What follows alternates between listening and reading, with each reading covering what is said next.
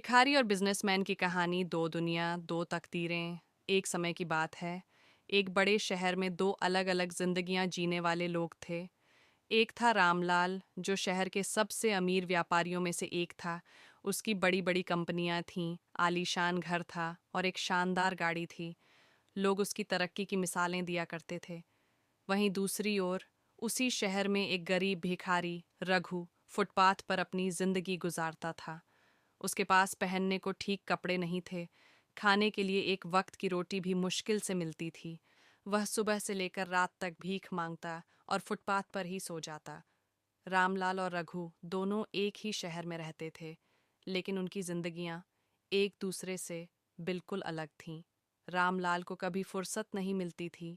वह हमेशा अपने व्यापार को बढ़ाने में लगा रहता था, जबकि रघु को सिर्फ एक वक्त की रोटी के लिए संघर्ष करना पड़ता था। एक अजीब मुलाकात। एक दिन रामलाल किसी जरूरी मीटिंग से लौट रहा था। रास्ते में उसकी गाड़ी का टायर पंचर हो गया। ड्राइवर टायर बदलने लगा। तब तक रामलाल पास के एक चाय की दुकान पर इंतजार करने लगा। उसी दुकान के सामने फुटपाथ पर रघु बैठा हुआ था। उसने रामलाल को देखा और हाथ फैलाकर कहा, बाबूजी, कुछ दे दो, 3 दिन से भूखा हूँ।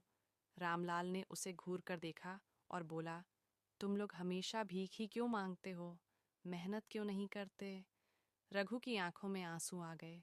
उसने धीमे स्वर में कहा, साहब, मैंने कई बार कोशिश की, लेकिन किसी ने मुझे काम नहीं दिया। बिना पैसे के कोई पढ़ाई भी नहीं कर सकता और बिना पढ़ाई के कोई अच्छी नौकरी भी नहीं मिलती। रामलाल थोड़ी देर तक सोचता रहा। फिर उसने अपनी जेब से कुछ पैसे निकाले और रघु को देते हुए कहा, मैं तुम्हें भीख नहीं दूंगा, बल्कि एक मौका दूंगा। अगर तुम मेहनत करना चाहते हो तो कल मेरी फैक्ट्री पर आ जाना। वहाँ एक काम है, लेकिन मेहनत करनी पड़ेगी। रघु ने चौंक कर देखा।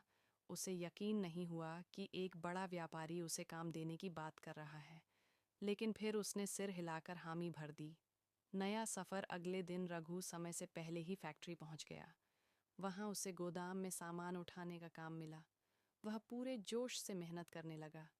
रामलाल ने उसे देखा और सोचा, यह आदमी सच में मेहनती है। दिन बीतते गए और रघु ईमानदारी से काम करता रहा।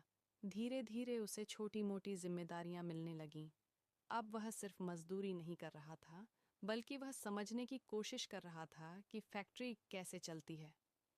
एक दिन फैक्ट्री के एक पुराने सुपरवाइजर ने अचानक काम छोड़ दिया। रामलाल को किसी नए और भरोसेमंद आदमी की जरूरत थी। उसने रघु को बुलाया और कहा, तुम इस फैक्ट्री के बारे में अब काफ़ी कुछ जान चुके हो। क्या तुम सुपरवाइज़र का काम संभाल सकते हो? रघु को यकीन नहीं हुआ कि एक भिखारी से मजदूर बना आदमी अब सुपरवाइज़र बनने वाला था, लेकिन उसने हिम्मत नहीं हारी और काम संभाल लिया। संघर्ष से सफलता तक समय बीतता गया और रघु की मेहनत रंग लाने लगी। अब वह सिर्फ फैक्ट्री में काम करने वाला नहीं था, बल्कि रामलाल के सबसे भरोसेमंद कर्मचारियों में से एक बन चुका था। एक दिन रामलाल ने उससे कहा, रघु, मैं चाहता हूं कि तुम मेरी एक नई शाखा संभालो। क्या तुम इसके लिए तैयार हो? रघु के लिए यह किसी सपने से कम नहीं था।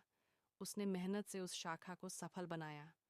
कुछ सालों बाद जब रामलाल ने अपने व्यापार से संन्यास लेने का फैसला किया, तो उसने अपनी फैक्ट्री का आधा हिस्सा रघु को सौंप दिया। अब वही रघु, जो कभी फुटपाथ पर भीख मांगता था, एक सफल बिजनेसमैन बन चुका था। सीख। रघु की कहानी हमें सिखाती है कि अगर इंसान में मेहनत और लगन हो, तो वह किसी भी हालात से ऊपर उठ सकता है। वहीं रामलाल की सोच दिखाती है कि अगर अमीर लोग गरीबों को मौका दें, तो दुनिया में कई जिंदगियां बदल सकती हैं। इसलिए मेहनत करो और हर मौके को हाथ से जाने मत दो, क्योंकि जिंदगी कभी भी बदल सकती है।